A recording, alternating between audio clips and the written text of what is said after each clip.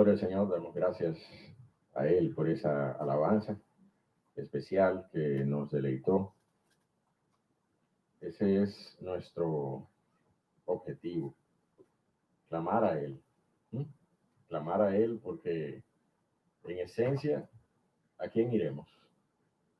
¿A quién iremos? Si solamente Él tiene para nosotros palabras de vida eterna. Déjeme decirle, esa fue una respuesta del apóstol Pedro al Señor. ¿Te recuerdas ese episodio? ¿Verdad que sí? ¿A quién iremos sino a ti? Pero la realidad bíblica, mi amado hermano, la realidad bíblica es que el Señor Jesucristo no solamente tiene palabras de vida eterna. El Señor Jesucristo tiene vida eterna para darnos en respuesta a una fe depositada plenamente en su persona y en su obra. La palabra de Dios dice que todo aquel que cree en Él tiene vida eterna y no vendrá a condenación, mas ha pasado de muerte a vida. Esa es la promesa que la fe depositada en la persona y en la obra de Cristo en la cruz del Calvario nos retribuye eternamente bendición y deleite eterno delante de su presencia. Muchas veces es posible que nosotros no entendamos la dimensión de esta bendición eterna hasta que no lo comparamos con el horror de la condenación eterna. ¿Usted me está entendiendo? A veces necesitamos entender el horror de la condenación eterna para comenzar a formarnos una idea apropiada acerca del deleite, del gozo y de la bendición que significa una vida eternamente en la presencia de nuestro Señor Jesucristo. Y damos gracias al Señor porque Él nos ha venido edificando en su palabra a través del estudio de Mateo. Nosotros estamos estudiando el libro de Mateo, el Evangelio de Mateo, y hoy damos gracias al Señor que finalizaremos nuestro capítulo, el capítulo que nos ha ocupado en estos semanas que han transcurrido, el capítulo 12, si es la voluntad del Señor, lo vamos a concluir en el día de hoy. Pero yo quiero que antes usted me acompañe a Marcos. Antes usted me acompaña a Marcos en el capítulo número 3, para que nosotros podamos colocarnos en contexto. Podamos ver el contexto de el episodio con que hoy cerraremos el estudio del capítulo 12 de Mateo. Marcos, capítulo número 3, verso 21 hasta el verso 35. Marcos 3, 21 al 35. Hasta el final del capítulo número 3, verso 21, o verso 20, ¿no? Hasta el final del capítulo número 3. Y se agolpó de nuevo la gente, dice Marcos, de modo que ellos ni aún podían comer pan. Yo no lo voy a leer, pero si usted mira hacia atrás, un poco atrás, desde el verso 13, en Marcos, usted se da cuenta que el Señor ahí está haciendo ¿qué cosa? Está eligiendo sus apóstoles, ¿sí o no? Está llamando de sus discípulos, llamó a 12 y los envió con una encomienda especial. Mi amado hermano, es el contexto que estamos estudiando a partir de Mateo 10. ¿Recuerda usted que en Mateo 10 el Señor llamó a los apóstoles, les entregó la encomienda apostólica, les advirtió, les instruyó y luego entonces comenzó a predicar el evangelio junto con ellos en las ciudades de ellos, dice Mateo, y comenzó a enfrentar esa oposición que hemos estado estudiando en los capítulos 11 y 12. Entonces estamos en el mismo contexto histórico. Marcos capítulo número 3. Dice, y se agolpó de nuevo la gente, de modo que ellos ni aún podían comer pan. Cuando lo oyeron los suyos, vinieron para qué, dice allí, para prenderle, porque decían, está fuera de sí el hombre. Pero los escribas que habían venido de Jerusalén decían que tenía a Belcebú. Eran un poco más osados, eran un poco más atrevidos, más necios, eran más insultantes sus señalamientos en contra del Señor. Los suyos fueron a prenderle porque estaban preocupados, decían, está fuera de sí el hombre. Pero los escribas y fariseos, dice Marcos capítulo número 3, se atrevieron a mucho más y dijeron que tenía a Belcebú y que por el príncipe de los demonios echaba fuera a los demonios. Verso 23. Y habiéndolos llamado, les decía en parábolas, ¿cómo puede Satanás echar fuera a Satanás? Usted conoce el pasaje, lo voy a leer de todas maneras. Si un reino está dividido contra sí mismo, tal reino no puede permanecer. Y si una casa está dividida contra sí misma, tal casa no puede permanecer. Y si Satanás se levanta contra sí mismo y se divide, no puede permanecer, sino que ha llegado su fin. Ninguno puede entrar en la casa de un hombre fuerte y saquear sus bienes, si antes no le ata, y entonces podrá saquear su casa. De cierto os digo que todos los pecados serán perdonados a los hijos de los hombres, y las blasfemias, cualesquiera que sean. Pero cualquiera que blasfeme contra el Espíritu Santo no tendrá jamás perdón, sino que es reo de juicio eterno. Porque ellos habían dicho, tiene espíritu inmundo. Y dice el verso 13, vienen después sus hermanos y su madre, y quedándose fuera enviaron a llamarle. Mi hermano, esos eran los suyos. Eso, sus amistades cercanas, su madre, sus familiares, sus hermanos, sus medio hermanos, esos eran los suyos. Vienen después sus hermanos y su madre, y quedándose afuera enviaron a llamarle. Y la gente que estaba sentada alrededor de él le dijo, tu madre y tus hermanos están afuera y te buscan. Y él les respondió diciendo, ¿quién es mi madre y mis hermanos? ¿Quién es mi madre y mis hermanos? Mira aquí lo que son mi madre y mis hermanos. Mirando los que estaban sentados alrededor de él, dijo, he aquí mi madre y mis hermanos. Porque todo aquel que hace la voluntad de Dios, ese es mi hermano y mi hermana y mi madre. La palabra de Dios nos enseña, mi amado hermano, que a pesar, ¿verdad?, de todos los frentes que el Señor comenzó a abrirse con la predicación del Evangelio, nos lo ha enseñado en estos 2 capítulos que hemos visto y que hoy llegamos a su final, el capítulo 12, pero desde el capítulo 11 y todo el capítulo 12 hemos visto una férrea, constante, sistemática oposición al Evangelio y al Señor Jesucristo, de parte de las autoridades civiles, de parte de las autoridades religiosas, de parte de la gente misma, de la sociedad, de parte de la familia misma,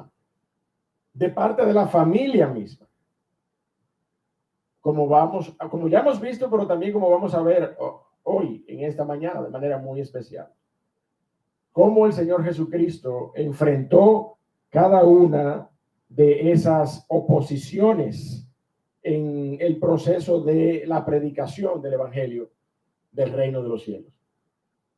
Y estos 2 capítulos, mis amados, han sido capítulos tristes verdaderamente en ese sentido y desafiantes. Nos colocan a nosotros en una posición no menos comprometedora que la que el Señor Jesucristo y sus discípulos vivieron al inicio del primer siglo de la era cristiana. No es diferente, no es menos de allí. No podemos aspirar a una vida más cómoda que el Señor Jesucristo y la predicación de su evangelio nos ha mostrado que puede presentarse. Nosotros damos gracias al Señor porque esa no es nuestra cotidianidad. En medio de nuestras latitudes y este mundo occidental, de alguna manera, ¿verdad? Es un poco más abierto a la predicación de la palabra. Yo tengo una firme convicción que esto no descansa en otra cosa que no es la promesa de Dios de hacer suyo un pueblo que no era suyo. ¿Usted me está entendiendo? De hacer suyo un pueblo que no era suyo, como lo somos nosotros, los gentiles. Los gentiles, descendientes de alguna manera de la mezcolanza, de la conquista, los pueblos de América. Pero si usted se va a Asia, si usted se va a Medio Oriente, si usted se va a esas regiones, usted se va a encontrar una persecución más férrea, más sangrienta contra el evangelio y contra toda persona que expone el evangelio. Le voy a decir esto. El evangelio siempre ha tenido opositores, pero Dios siempre se ha agenciado para su gloria expositores del evangelio. Amén. Él siempre se ha hecho para sí y para la expansión y la perseverancia, la prevalencia del mensaje, se ha hecho de expositores del evangelio, personas comunes y corrientes, que predicamos el evangelio, como usted y como yo, que estamos involucrados en la tarea, en la labor de predicar el evangelio. Pastor, yo no estoy predicando el evangelio. Entonces póngase el sombrero. Rápido. Porque si usted es llamado cristiano, usted tiene que predicar el evangelio. ¿Usted me está entendiendo? Usted tiene que predicar el evangelio. Si usted se llama cristiano, se llama cristiana, esa es la labor que nosotros, no los pastores exclusivamente, la iglesia de Cristo, todo aquel que ha sido regenerado por la obra del Espíritu de Dios, carga con esa encomienda en sus hombros de predicar el evangelio, de ir y hacer discípulos a todas las naciones. ¿O no? Pues esa es la gran comisión que nosotros tenemos en las manos. De manera que el evangelio de Cristo siempre, óigame, en medio de toda oposición, siempre se ha predicado. Usted recuerda que el Señor Jesucristo dijo que ni aún las puertas del Hades prevalecerían ante el ímpetu del evangelio. ¿Se acuerda de esa declaración del Señor Jesucristo? Bueno, eso es lo que quiere decir en palabras llanas, es que aún en medio de la oposición, aún en medio de la más férrea oposición, no solamente en el primer siglo, no solamente en los siglos que le siguieron al primer siglo, los siglos de la iglesia temprana, de la iglesia que llamamos la iglesia primitiva, no solamente luego de aquellos 1000 años de oscuridad, en donde sí había persecución, pero muy esporádica, muy puntual, pero luego allí en aquel siglo de las luces, en aquel siglo donde la palabra de Dios vio luz nuevamente y afectó las mentes y la razón de las personas, aquel impacto que hasta hoy nosotros vemos, el impacto de la reforma protestante, donde la palabra cobró su protagonismo otra vez. Entonces comenzó la iglesia a ser perseguida nuevamente. Comenzó la iglesia a ser perseguida nuevamente. Ya venía siendo perseguida, evidentemente. Años, siglos antes, ¿verdad? Pero estoy hablando de los eventos que marcaron la historia de la fe. La iglesia siempre ha sido perseguida. La iglesia siempre ha tenido opositores. Pero Dios, de una manera soberana, siempre se ha agenciado expositores del evangelio. Y el Señor, en este capítulo 12 que hoy concluimos, mi amado hermano, el Señor defendió la autoridad del Espíritu Santo. El Señor defendió la autoridad del Hijo. ¿Usted se acuerda de eso? Uno mayor que el templo está aquí delante de ustedes. ¿Se acuerda de esa defensa frontal de la autoridad del Espíritu de Dios y de la autoridad del Hijo. Uno mayor que el día de reposo está aquí delante de vosotros. Yo soy el Señor del día del reposo. ¿Se acuerda usted de eso? El Señor defendió la autoridad del Espíritu Santo, defendió la autoridad del Hijo, defendió la autoridad de la palabra predicada, defendió la autoridad del Evangelio. Pero también, mi amado hermano, el Señor defendió la dignidad de aquellos que eran impactados por la transformación de ese Evangelio. Defendió la dignidad de su iglesia, defendió la dignidad de la familia de la fe. Y eso es lo que el Señor hace en esta mañana, en esta última porción de los versos de Mateo 12, 46 al 50. Vaya, allí es la última porción del capítulo 12 de Mateo. Vaya allá para que entonces nosotros veamos cómo el Señor se involucra en esa defensa particular de la dignidad exclusiva de la familia de la fe. En este mensaje que hemos titulado de esa manera, en defensa de la familia de la fe, en defensa de la familia de la fe. Mateo 12, verso 46 al 50.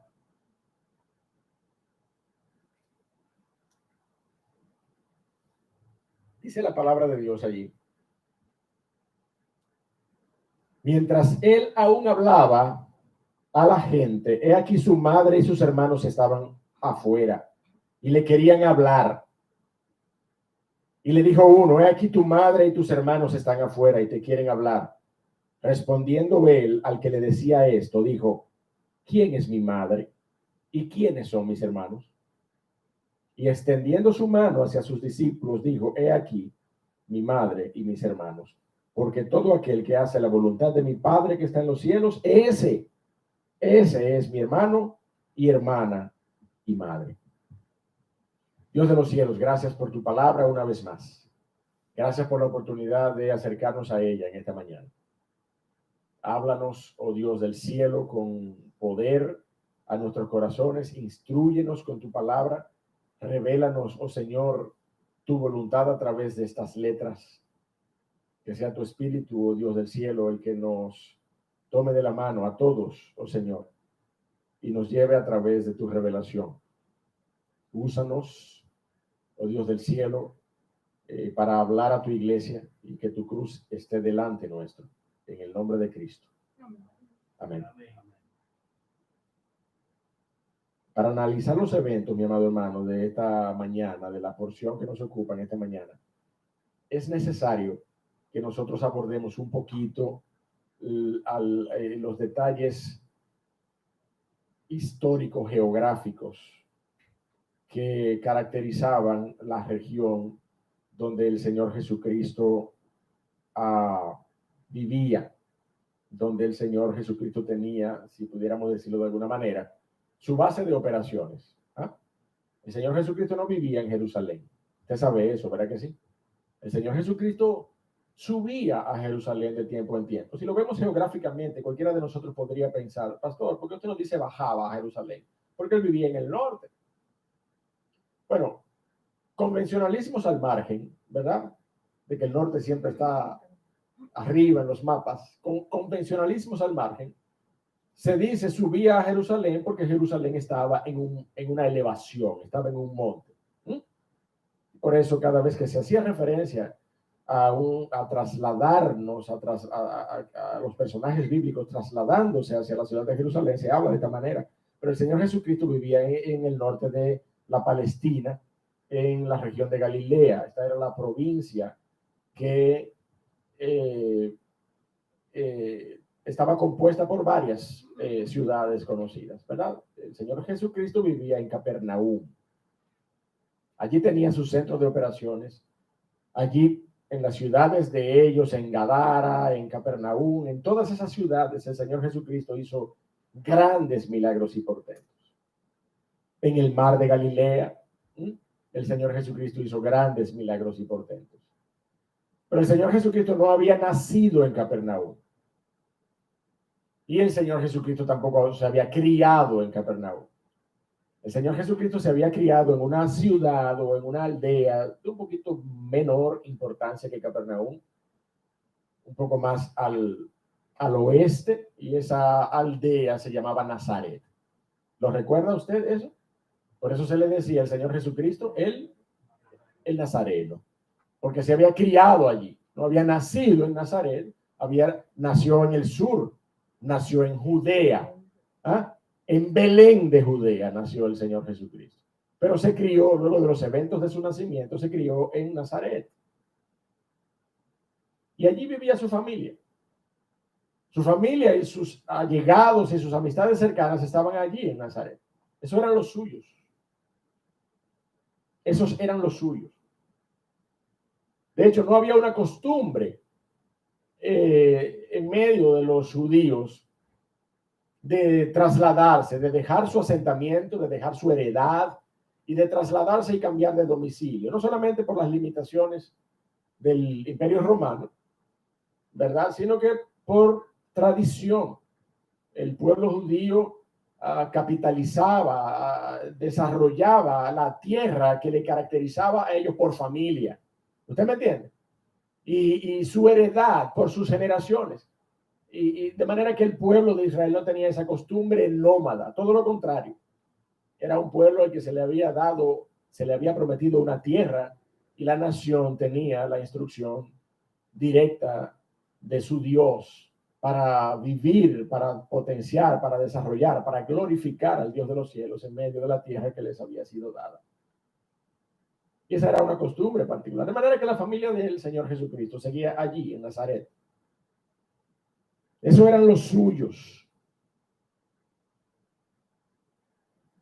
Esos eran los suyos que Marcos en el capítulo 3, lo que leímos al inicio, habían ido para aprenderle, porque decían, está fuera de sí el hombre, está fuera de sí.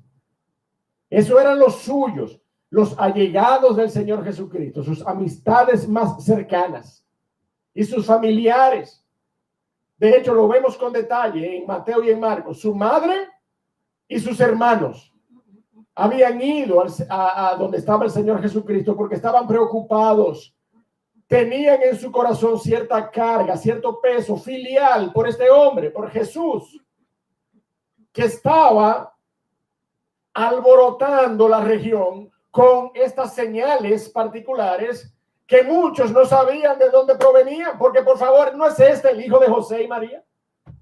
¿No es este cuyos hermanos son fulano, fulano, fulano y sus hermanas están todas con nosotros? No lo conocemos. ¿De dónde salen estas cosas?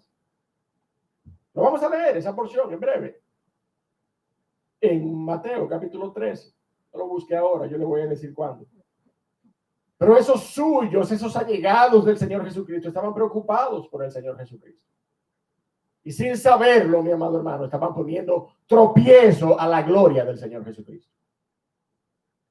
Estaban poniendo tropiezo. Vaya conmigo a Marcos. Vaya conmigo a Marcos otra vez.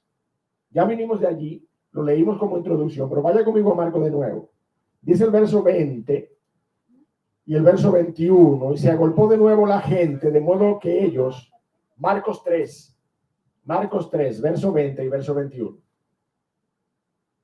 Y se agolpó de nuevo la gente, de modo que ellos ni aún podían comer pan. Y dice el verso 21, cuando lo oyeron los suyos, no los discípulos, mi hermano, no los discípulos que estaban con él y que estaban siendo impactados por las grandes señales que el Señor Jesucristo estaba haciendo. No, óigame qué curioso. Los suyos que no estaban con el Señor Jesucristo. ¿Usted me está entendiendo? Los que no estaban con el Señor Jesucristo, pero que eran sus familiares, sus amistades de Nazaret, que no seguían al Señor Jesucristo como sus discípulos le seguían. Estos que eran los suyos, que posiblemente no creían en el Señor Jesucristo, y vamos a ver cómo los hermanos dieron evidencia de que no creían en el Señor Jesucristo. Aun cuando su madre, desde que él era un bebé, guardaba muchas cosas en su mente y en su corazón, la palabra de Dios dice que los suyos no creían en el Señor Jesucristo. Esos que tenían cierta preocupación por el Señor Jesucristo, mire cómo dice el verso 21 de Marcos 3. Cuando lo oyeron los suyos, vinieron ¿para qué? Para prenderle, para llevárselo. En pocas palabras, para llevárselo. ¿Usted me está entendiendo? No, vamos a buscar a Jesús. Vamos a buscar a Jesús porque algo debe estar pasando. Algo debe estar pasando. Algo debe tener. Es más, cuidado si está poseído. Cuidado si está poseído. En otras palabras, mi hermano, es posible que los suyos estuvieran pensando lo mismo que estaban pensando los escribas y los fariseos, que llegaron a decir, por el poder de los demonios, hacerle estas cosas. ¿Usted me está entendiendo lo que yo quiero decir? Porque los suyos tampoco creían en el Señor Jesucristo. Déjeme decirle una cosa, mi hermano, el que ha sido transformado por el Señor Jesucristo, muchas veces es incomprendido por el hombre natural. ¿Usted me está entendiendo? Y eso es completamente entendible. Con toda razón sucede, porque la palabra de Dios dice claramente que el hombre natural no percibe las cosas que son del Espíritu de Dios, porque para él son locura, y las cuales cosas han de ser discernidas espiritualmente. Por eso el hombre natural, aunque sea nuestro padre, nuestra madre, nuestros hermanos, si son personas que no han nacido de nuevo, muchas veces están en la posición de cuestionarnos, pero ¿qué le pasa a fulano? Se volvió loco. ¿Usted me está entendiendo lo que yo quiero decir?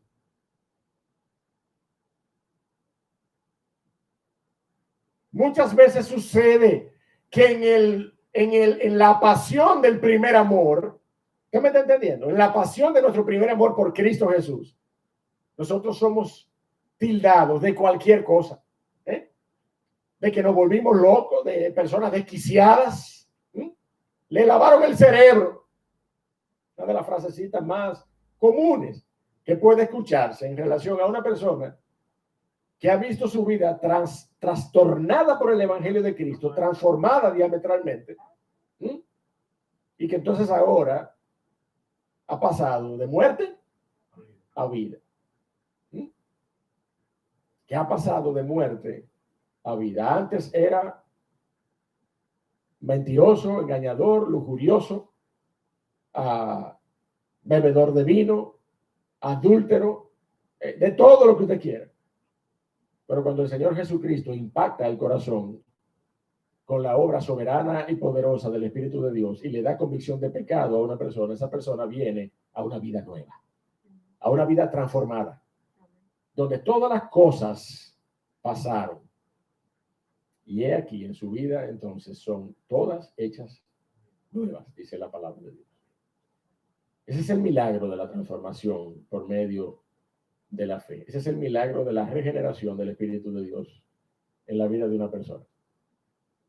Pero cuando sucede, ¿qué suele decir el hombre natural? Se volvió loco. Se volvió loco, está desquiciado. Es más, y si de repente comienza a predicar la palabra, no, mira fulano, vamos a buscarlo porque algo tiene. Algo tiene. Él está ahí predicando en el callejón, o él está ahí en la plaza predicando y mira la cantidad de gente que se ha aglutinado alrededor de él. Algo tiene, se volvió loco. Bueno, pues mire, no fue algo diferente lo que pasó con el Señor Jesucristo en este episodio. Amén de los milagros, ¿verdad? Y las grandes señales que el Señor Jesucristo estaba haciendo. Sus familiares, ¿verdad? Le tildaron de esa manera. Pero vamos a analizar el detalle de los eventos para que nosotros podamos identificar algunas verdades en el proceso en que el Señor Jesucristo fue confrontado. Y vamos a ver la intención de los suyos. Verso 46 de Mateo 12. Verso 46 de Mateo 12. Mientras él aún hablaba a la gente,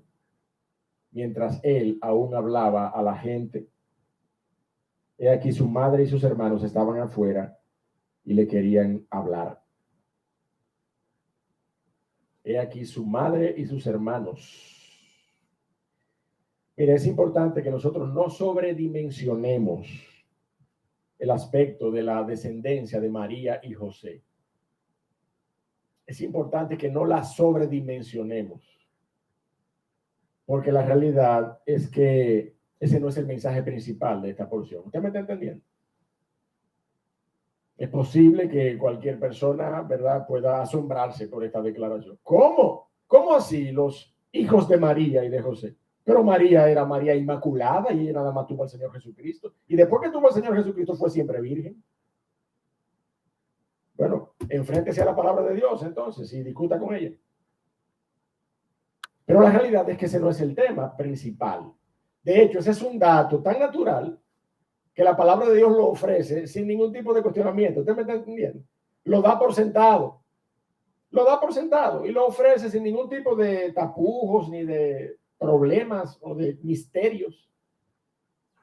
No, porque es natural que un esposo y una esposa tengan descendencia, si ella no es estéril o si él no tiene algún problema. Si no hay ningún problema de salud en ellos, lo natural es que ellos, ¿verdad?, tengan descendencia, procreen delante de la presencia de nuestro Dios, que de hecho eso fue lo que estableció para el hombre. ¿Ah? Creced y multiplicaos. Eso fue lo que el Señor estableció para un matrimonio desde el Edén. Que honroso sea en todos el lecho matrimonial sin mancilla. Entonces no es una cosa ni aberrante, ni osada, ni atrevida, ni conflictiva el hecho de que la palabra de Dios diga, revele con claridad que María tenía otros hijos, tenía varios otros hijos con José.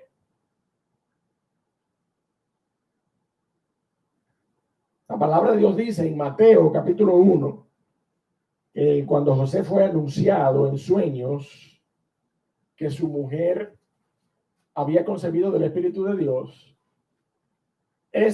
¿verdad?, la recibió, la cuidó. Vaya un poquito a Mateo 1 conmigo, por favor. Vaya a Mateo 1 conmigo, desde el verso 18, para que nosotros veamos rápidamente. Verá, verso 18 del capítulo 1, el nacimiento de Jesucristo fue así, estando desposada María, su madre, con José, estaba desposada con él, ya estaba comprometida, estaba casada legalmente. No había tenido consumación física el matrimonio, pero ya estaba casada legalmente. En Israel un matrimonio se consumaba al año de ellos haber sido casados legalmente. Al año, yo vi algunas caras aquí como, ¿cómo? Ay, no, así no. Pero esa era la realidad, esa era la costumbre, esa era la cultura del pueblo de Israel. Desposada María, su madre, con José. Y dice allí, ¿usted ve lo que dice allí después? Antes que se juntasen. ¿Usted me está entendiendo lo que eso quiere decir? Ahí hay una connotación sexual, no es una connotación simplemente social. No, es una connotación sexual lo que hay allí. Antes que se juntasen, se halló que había concebido del Espíritu Santo. José, su marido, como era justo y no quería infamarla, quiso dejarla secretamente. Y pensando él en esto, he aquí un ángel del Señor le apareció en sueños y le dijo, José, hijo de David, no temas recibir a María tu mujer, porque lo que en ella es engendrado, ¿de quién es? Del Espíritu Santo es. Y dará a luz un hijo, dice la Biblia, y llamará su nombre Jesús, porque él salvará a su pueblo de sus pecados. Todo eso aconteció para que se cumpliese lo dicho por el Señor por medio del profeta, cuando dijo, he aquí una virgen concebirá y dará a luz un hijo, y llamará su nombre Emmanuel, que traducido es Dios con nosotros. Y despertando José del sueño, hizo como el ángel del Señor le había mandado, y recibió a su mujer. Verso 25, pero no la conoció. No la conoció hasta que dio a luz a su hijo primogénito y le puso por nombre Jesús. Mi hermano, ¿qué es lo que usted entiende por eso? Que después que María dio a luz a Jesús, el Señor la conoció. José la conoció.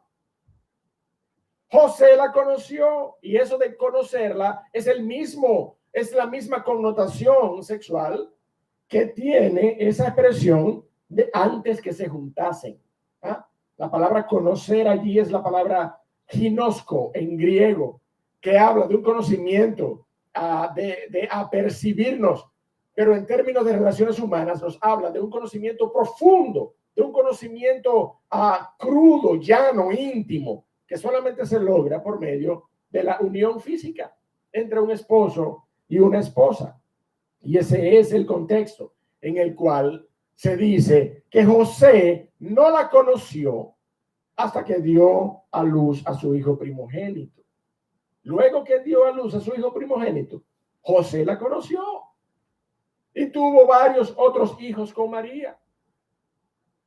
Insisto, ese no es el tema.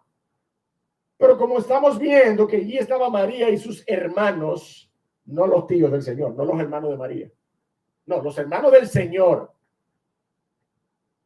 Como vemos en la porción de esta mañana, en Mateo 12, que allí estaba María y los hermanos del Señor buscándole, es apropiado, es contextual que nosotros veamos qué es lo que dice la Biblia con respecto a esta descendencia natural, ¿verdad?, de María y de José. De hecho, en Lucas capítulo 1, no lo busque, dice allí en el verso 34, que cuando María fue anunciada por el ángel Gabriel acerca de su concepción, ¿usted sabe lo que dijo María?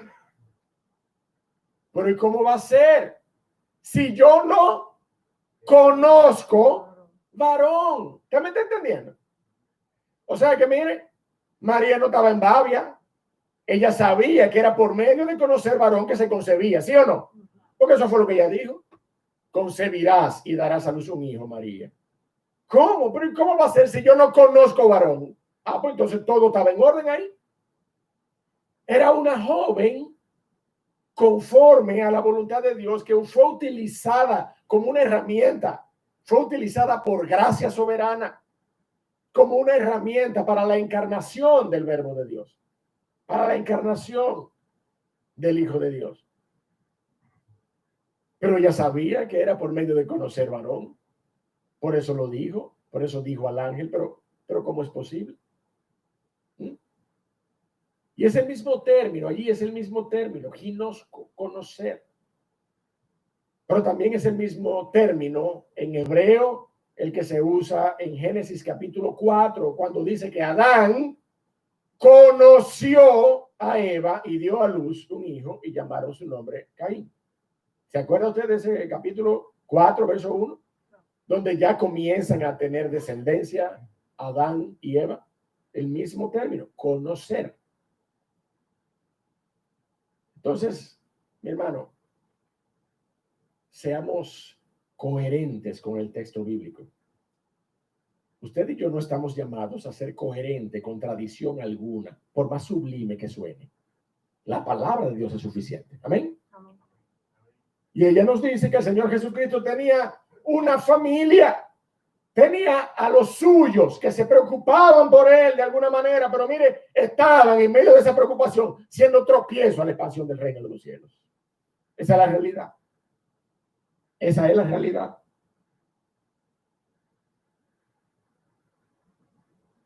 La Biblia nos enseña, mi amado hermano, sin temor alguno a ofender la persona de nadie, que María procreó descendencia con José, luego de haber alumbrado al Señor. La porción dice que mientras el Señor aún hablaba a la multitud, su madre y sus hermanos estaban afuera y querían hablarle.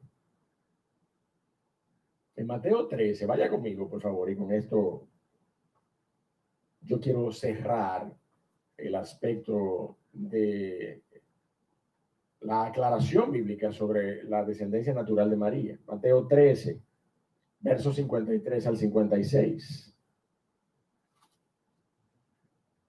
¿Qué leemos allí? Aconteció que cuando terminó Jesús estas parábolas, se fue de allí y venido a su tierra, les enseñaba en la sinagoga de ellos, de tal manera que se maravillaban y decían, ¿de dónde tiene esta sabiduría y estos milagros? ¿No es este el hijo del carpintero? Como pensaban, ¿no? O como al menos querían declarar, para no ofender públicamente, el testimonio de María. ¿Usted sabe por qué yo lo digo?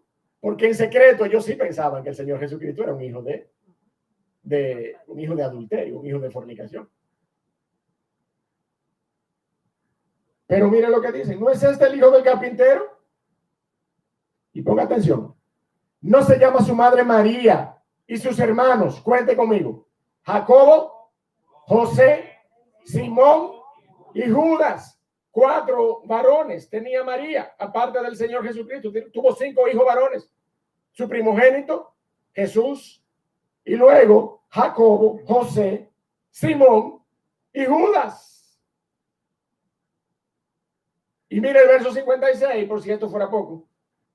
¿No están todas sus hermanas con nosotros? ¿Cuánto es todas? Una es toda. Dígame una cosa, 2 es todas. 2 es todas. 2. Por lo menos más de 2 eran. ¿Usted me está entendiendo? Porque si fueran 2, yo pudiera leer y no están sus hermanas. Ya ahí yo no tengo razón para pensar que eran mucho más de 2. Podrían ser 2. Ahora, cuando yo veo todas, mínimo más de 2 eran. Mínimo 3. O sea que es muy probable, mi amado hermano, que María, aparte del Señor Jesucristo, tuvo al menos 7 hijos más, 4 varones y 3 mujeres. Entonces yo no sé cuál es el prurito, cuál es el temor, cuál es la hipersensibilidad con este tema. Sí está bastante claro en la Biblia. Y no solamente claro, sino llanamente, sin ningún tipo de conflicto. ¿Usted me está entendiendo? Entonces dejemos de prestarle atención a las fábulas y a las tradiciones, mi hermano. Ponga la atención a la palabra de Dios. Ponga la atención a la Biblia. Que si usted quiere encontrar una verdad con respecto a Cristo y con respecto a su vida, a su ministerio, a su plan de redención en favor suyo y mío, es aquí en la palabra que está, no es en las tradiciones. Ahora bien, lo que nos compete a nosotros en Mateo, ¿verdad? Mire, Mateo no provee detalles que Marcos nos arroja en cuanto a la intención de los suyos. Pero la correlación de ambos textos no deja lugar a dudas para el propósito de la visita de estos familiares. Vinieron para llevárselo porque decían, está fuera de sí. No creían en el Señor Jesucristo. No estaban viendo con los ojos de la fe lo que el Señor Jesucristo estaba haciendo en medio de aquellas gentes. Y como sugerí hace un minuto, posiblemente estaban de igual manera pensando que esos poderes estaban cuestionando el origen de esos poderes. ¿Usted me está entendiendo lo que quiero decir? Al menos estaban cuestionando el origen de esos poderes. De hecho, ya lo vimos en Mateo 13, cuando él fue a su tierra, los suyos, pero ven acá, ¿y no es este fulano? ¿Y de dónde tiene él esas cosas? Estaban cuestionando el poder del Señor Jesucristo. Sus medio hermanos, por ejemplo, no dudaron en confrontarlo y desafiarlo con respecto a su testimonio público de portentos y señales. Vaya conmigo a Juan capítulo 7. Juan capítulo 7. Esa era la intención, mi hermano, que ellos tenían. En Juan capítulo 7, verso 1 al verso 5, dice la palabra de Dios. Después de estas cosas, andaba Jesús en Galilea, pues no quería andar en Judea, porque los judíos procuraban matarle. Y no era el tiempo del Señor. Pastor, que el Señor no podía cuidar de eso de manera soberana y milagrosa, sí. Sí, pero él también era humano, él también era hombre. Y él también ejercía la prudencia y no se exponía de manera desmedida. No se exponía como para tener entonces que usar de portentos y señales. No, sencillamente se guardaba de ciertas persecuciones. no quería andar en Judea porque los judíos procuraban matarle. Verso 2, estaba cerca la fiesta de los judíos, la de los tabernáculos, y miren lo que le dijeron sus hermanos. Y de nuevo, en torno de burla, ¿usted me entiende? En torno de burla. Sal de aquí, tú no eres un león. Sal de aquí, vete a Judea, para que también tus discípulos vean las obras que haces. ¿Eh? Porque ninguno que procura darse a conocer hace algo en secreto. Si estas cosas haces, manifiéstate al mundo, ve allá, que allá es que está la capital. Lo demás es monte y culebra. Vete para Jerusalén. ¿Y qué dice el verso 5? Para que usted entienda que era burlándose que estaban. ¿Qué dice el verso 5? Porque ni aún sus hermanos creían en él. O sea, no era alentándole genuinamente que ellos estaban, era burlándose del Señor Jesucristo. Era burlándose del Señor Jesucristo que sus hermanos estaban. La familia, mi hermano. Yo no voy a preguntar por experiencias personales, pero mire, la familia muchas veces es tropiezo para que nosotros caminemos dignamente delante del Señor Jesucristo. Lamentablemente. Todo cuestionamiento externado en arrogancia, confrontación y desafío no es otra cosa que una oposición a Cristo. Y aquí estaban ellos. Amparados en una preocupación por el Señor, vinieron a buscarle, pensando dentro de ellos, este está fuera de sí. Y con todo y su supuesta preocupación por el Señor, lo que estaban haciendo era oponiéndose a la predicación del Evangelio. Mire, mi hermano, por eso es tan delicado, cuando nosotros como padres escuchamos a algunos de nuestros hijos decir, papi, yo quiero dedicar mi vida a las misiones. Papi, yo quiero dedicar mi vida a la predicación del Evangelio.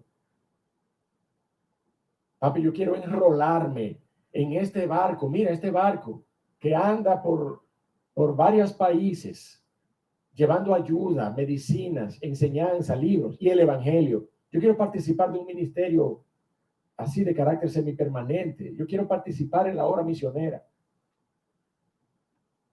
¿Y usted sabe qué usted le dice? Este está fuera de sí.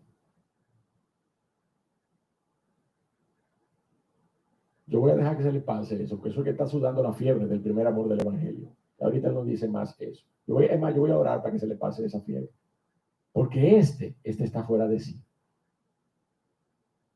Mi hermano, por eso es tan delicado que nosotros no procuremos valorar, al menos perceptivamente. No somos nosotros los que hemos recibido esa pasión por Cristo, posiblemente. Pero si uno de nuestros hijos ha sido llamado, por lo menos tengamos la suficiente apertura y percepción para orar en nuestras vidas, de manera que ese sea un llamado legítimo. Y podamos animarles y podamos apoyarles para que dediquen, para que gasten su vida al servicio de la expansión del reino de los cielos. No hay mayor privilegio, mi amado hermano. Óigame que se lo digo. No hay mayor privilegio que servir al Rey de Reyes y al Señor de Señores. Pero de la misma manera, no debiera haber mayor privilegio para un padre que ver a sus hijos postrados a los pies de Cristo, sirviéndole, aún sea en la obra local. No importa, aún sea en la obra local o en la obra misionera, pero no hay, la obra misionera foránea, quiero decir, pero no hay mayor testimonio, no hay mayor gozo, no hay mayor privilegio que ver a nuestros hijos sirviéndole al Dios de los cielos. No hay mayor testimonio. Y nosotros debiéramos alentar a nuestros hijos, no ser tropiezos, no cuestionar. Sí, que se preparen, que estudien, que se gradúen, claro que sí. ¿Para qué? Para que puedan poner sus dones y sus talentos al servicio de la obra del Evangelio. ¿Qué me está entendiendo? Usted no sabe si un hijo suyo que va a estudiar medicina va a ser utilizado por el Señor para ir a predicar el Evangelio y a llevar medicinas y procedimientos médicos a otro país. Usted no lo sabe eso. Pero usted y yo tenemos que permitir en ellos que hierva la pasión por Cristo. Usted y yo no podemos ser aquellos que apagan la pasión por Cristo en los corazones de nuestros hijos. Por eso es tan delicado, mi amado hermano. No solo debiera ser el privilegio más elevado el que nuestros hijos sirvan a Dios vivo, sino que es la mayor de las herencias y el mayor de los legados que usted y yo podemos dejar a nuestros hijos cuando usted les anima a servir al Dios Todopoderoso. El Señor cuestiona la verdadera familia y el vínculo que se supone tenemos con Él en esta porción. Vamos a los versículos 47 y 48. Porque Él aquí confronta a los suyos. Él aquí confronta a los suyos. Primero vimos la intención de los suyos. Y luego aquí vamos a ver en estos dos versículos la confrontación con los suyos. Verso 47. Y le dijo uno: he aquí tu madre y tus hermanos están fuera y te quieren hablar. Respondiendo él, el que le decía esto, dijo: ¿quién es mi madre y mis hermanos? ¿Quién es mi madre y quiénes son mis hermanos? Yo no sé si el Señor Jesucristo levantó los brazos así, pero es como para hacer eso, ¿no? Es como para que usted... Ahí está tu madre y tus hermanos, tu esposa y tus hijas. ¿Quién es mi madre y mis hermanos? María, la madre de Jesús, y sus hijos con José fueron a confrontar al Señor Jesucristo. ¿Y usted sabe lo que hizo el Señor? El Señor cuestionó la verdadera naturaleza del vínculo con su persona, del vínculo filial con su persona. ¿Quién es mi madre y quién es mis hermanos? El Señor nunca aborreció a su madre y a sus hermanos, sino que siempre les amó, colocándoles a ellos en la correcta prioridad de su vida y de su ministerio, por amor a los que Él vino a salvar, que incluía a su madre y a sus hermanos. ¿Sí o no? El Señor Jesucristo siempre amó a su madre y a sus hermanos por amor a los que vino a salvar, que los incluía a ellos. El Señor está cuestionando dos aspectos fundamentales de la valoración de nuestras relaciones, y este es el primero: la legitimidad de nuestra relación con su persona. La legitimidad de nuestra relación con su persona. ¿Cuáles son los criterios que legitimizan nuestra relación con su persona? Se lo digo de nuevo. ¿Cuáles son los elementos visibles? ¿Cuáles son los criterios que legitimizan nuestra relación con su persona? No es llamarnos cristianos, es hacer la voluntad de mi Padre que está en los cielos, lo que nos hace hijos suyos.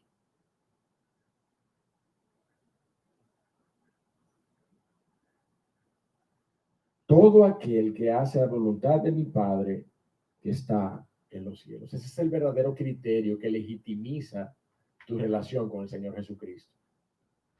Y lo vamos a ver en los versículos que siguen. Pero el segundo aspecto que el Señor cuestiona es la prioridad de nuestra relación con su persona. No solamente la legitimidad y los criterios que legitimizan nuestra relación con su persona, sino la prioridad de nuestra relación con su persona. ¿Quién verdaderamente importa en tu vida? ¿Es tu madre? ¿Es tu hermano? ¿Es tu padre? ¿Es tu esposo? ¿Son tus hijos? ¿Es tu noviecito? ¿Es tu noviecita? ¿Es tu novio? ¿Es tu prometida? ¿Quién es que verdaderamente importa en tu vida? Déjame decirte algo. Si tú, joven, que te llamas cristiano, tienes una prometida, tienes una noviecita, y esa noviecita no tiene amor en serio con el Señor Jesucristo, huye por tu vida. ¿Tú me estás entendiendo? Huye por tu vida. Y lo mismo te digo a ti, jovencita cristiana. Si tú tienes amores con un muchacho cuya primera prioridad no es Cristo Jesús en su vida, huye por tu vida. Porque las garantías de una unión con propósito en sus vidas, de un matrimonio, para bendición, para que el Señor se glorifique en medio de sus familias, es que tú puedas sujetarte a la voluntad del Padre, claramente expresada en su palabra, y ni siquiera atreverte a pensar en unirte en yugo desigual con una persona que no tenga el mismo espíritu que Dios ha otorgado por gracia y con el cual ha sellado tu corazón.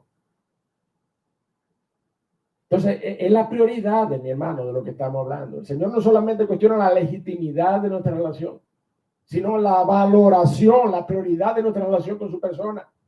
¿Qué es lo que importa? ¿Quién es mi madre? ¿Quién es mis hermanos? El que hace la voluntad de Dios, ese es el mío. Ese es el que tiene una relación verdadera con Cristo Jesús. El Señor está colocando por debajo de la relación personal e íntima con Él a toda relación que se pueda tener con parientes, directos o indirectos, con esposas, con novios, con amigos. La garantía que yo puedo tener de que mi esposa es fiel, la garantía que mi esposa puede tener de que yo soy fiel, es que yo tenga al Señor como centro de mi vida. Esa es la garantía de que un matrimonio, de que un noviazgo, yo soy el esposo de fulano. ¿Qué esposo? ¿Quién es mi esposo?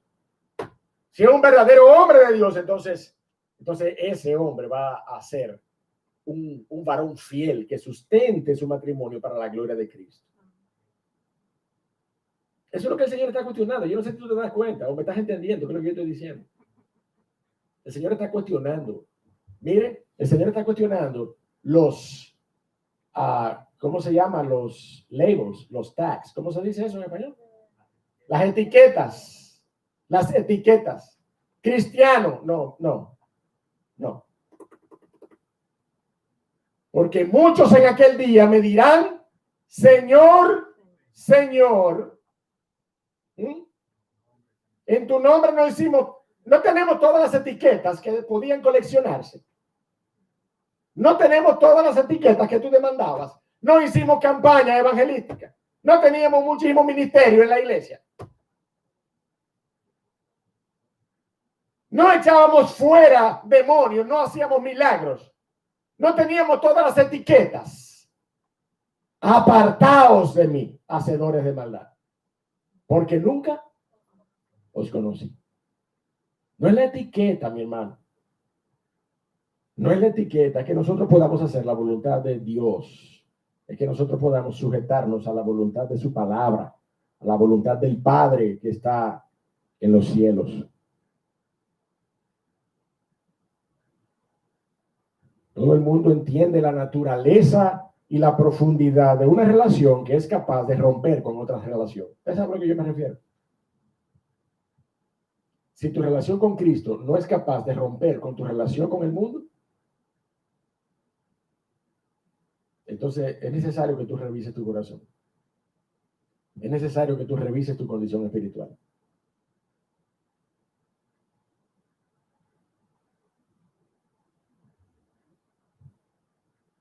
No es nuestra intención que Cristo venga a nuestras vidas para que todas nuestras relaciones se quiebren. Es todo lo contrario. Nosotros buscamos armonizar con todas las personas, ancladas en los principios firmes de su palabra. Pero cuando eso se quiebra, entonces usted puede estar seguro que los primeros enemigos serán los de su casa.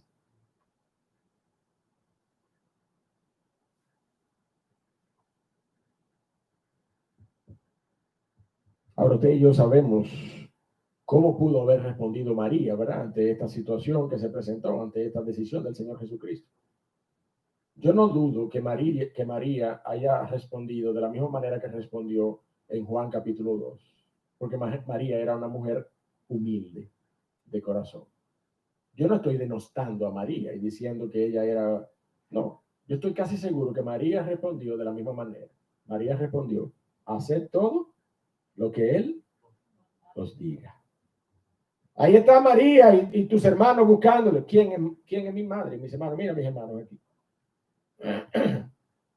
Estoy seguro, casi seguro, estoy elucubrando, evidentemente no lo vemos en la Biblia, pero estoy casi seguro que María, el espíritu de esta mujer, sierva del Señor, respondió de la misma manera que cuando el Señor le dijo: ¿qué tienes conmigo, mujer? Mi hora no ha llegado, deja de presionarme. Entonces María humildemente se recoge y dice: hacer todo lo que Él diga. Yo no tengo que ver con eso, Él es.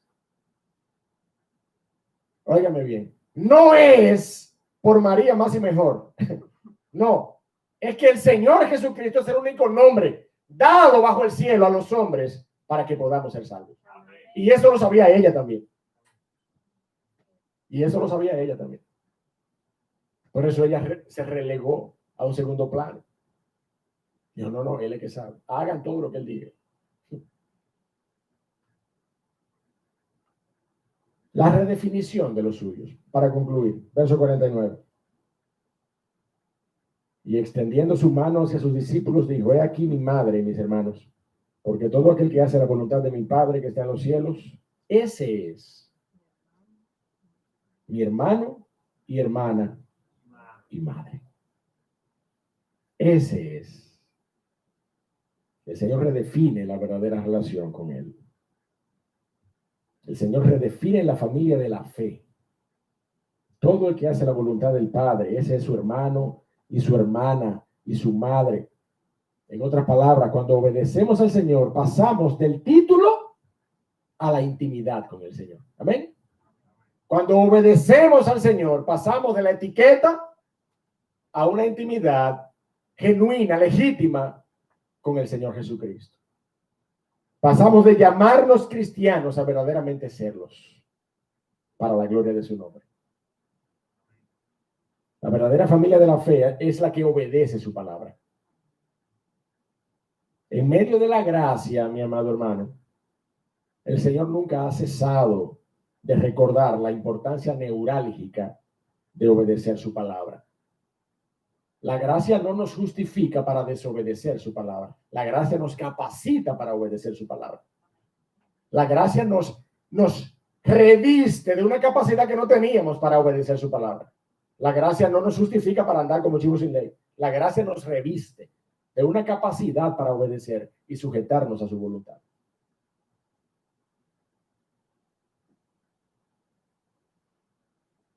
Todo aquel que hace la voluntad del Padre que está en los cielos, ese es el que puede ostentar una relación íntima con el Rey de Reyes y el Señor de Señores. En conclusión, entonces, mi amado hermano, revisa tu corazón.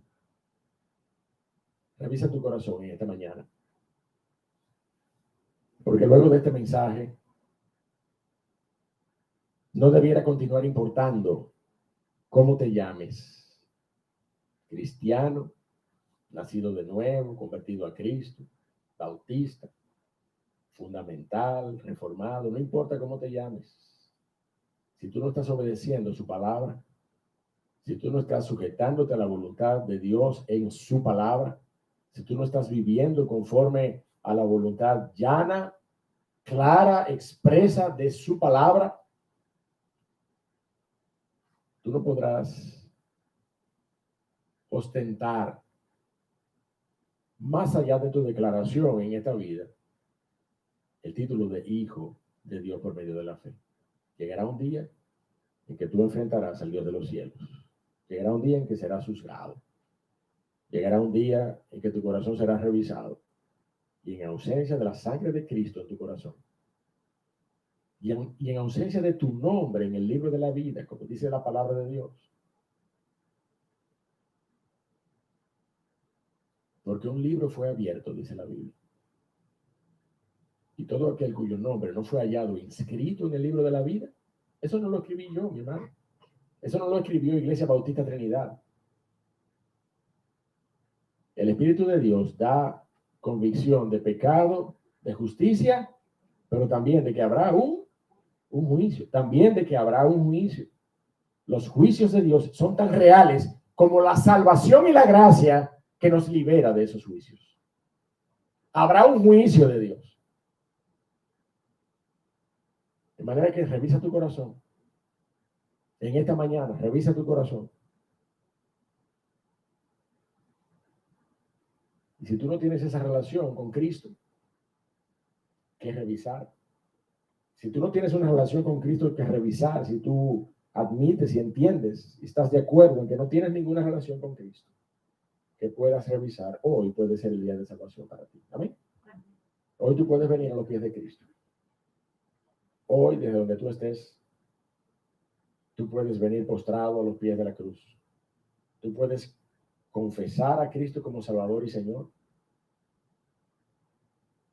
No se te demanda, no se te requiere, no se te exige más que una confesión de pecado, que una aceptación de tu condición de pecado delante del Dios de los cielos. Que tú puedas declararle con un corazón desnudo: yo entiendo que soy pecador, oh Dios. Yo entiendo que necesito de Cristo. Él es la única provisión para el pecado, para la solución del pecado. Dame de tu espíritu, oh Dios, en esta hora. Hazme un hijo tuyo o hazme una hija tuya. Mientras oramos, yo te invito en esta mañana a que tú hagas esta oración. Padre Dios del cielo, te amamos y te bendecimos. Clamamos a ti, oh Señor, de manera que tú te apiades y puedas llamar a los corazones en esta mañana, donde quiera que estén, aún estén en este lugar, en este momento.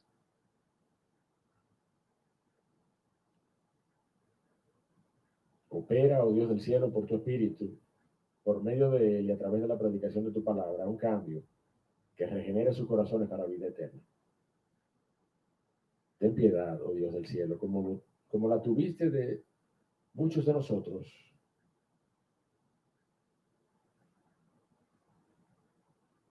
Ten piedad y misericordia, oh Dios. Te rogamos que tú hables a los corazones y que este sea un tiempo propicio para que las almas vengan a los pies de Cristo, depositando su confianza en lo que dice tu palabra acerca de la persona y la obra de la cruz. Oh Dios, bendícenos en este día, que podamos continuar, oh Señor, con corazones contritos delante de ti, que podamos guardar nuestros corazones, oh Señor, porque el reino de los cielos no es comida ni bebida, ni es guardar días, pero nosotros sí queremos guardar nuestros corazones delante de ti. Por eso te amamos y te bendecimos y queremos que en este día, en este primer día de la semana, nosotros podamos guardar nuestras mentes y nuestros corazones delante de tu presencia, para gloria de tu nombre en medio nuestro. Por Cristo te lo pedimos. Amén. Damos gracias al Señor y te animamos a que si tú has tomado una decisión por Cristo, tú nos lo dejes saber a través de alguien, a través de quien te invitó o quien compartió contigo el enlace para que tú pudieras estar con nosotros.